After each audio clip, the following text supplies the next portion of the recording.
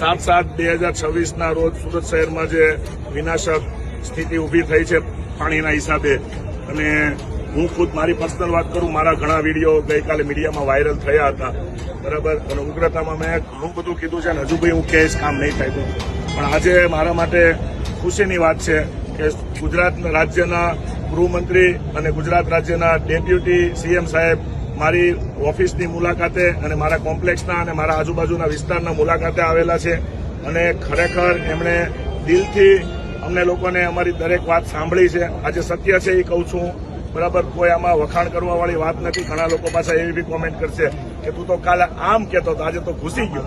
એટલે આ ખાસ તમને કહું, જે રિયાલિટી વાત થઈ છે, ગ્રાઉન્ડ ઉપરની વાત થઈ છે, અહીંયાના સ્થાનિક પોલીસ અધિકારી શ્રીઓ, કમિશનર શ્રીએ, સુરત મ્યુનિસિપલ કમિશનરની ટીમ અને કલેક્ટરની ટીમ અને સર્વેયરની ટીમ, સંપૂર્ણ ટીમ લઈને આવેલા છે. કોઈ ખાલી વિડીયોગ્રાફી કરવા માટે કે ફાંકા ફોજદારી કરવા માટે સાહેબ નથી આવ્યો. આ રિયાલિટી છે. આવતીકાલે અમારી જોડે વેપારી જોડે સંકલન કરીને કલેક્ટર ઓફિસે સાહેબે મિટિંગ પણ રાખેલી છે. સાહેબનો ખૂબ ખૂબ આભાર માનું છું, દિલથી આભાર માનું છું સાહેબ. એટલે ખરેખર સાહેબે આજે જે ગ્રાઉન્ડ પર કામ કરેલું છે આવું ભૂતકાળમાં પણ નથી થયું. આ સત્ય હકીકત છે, કારણ કે હું તાજનો સાક્ષી છું. સુરત મારી કર્મભૂમિ અને જન્મભૂમિ છે. ખૂબ ખૂબ આભાર ફરી એકવાર સાહેબ. Thank you.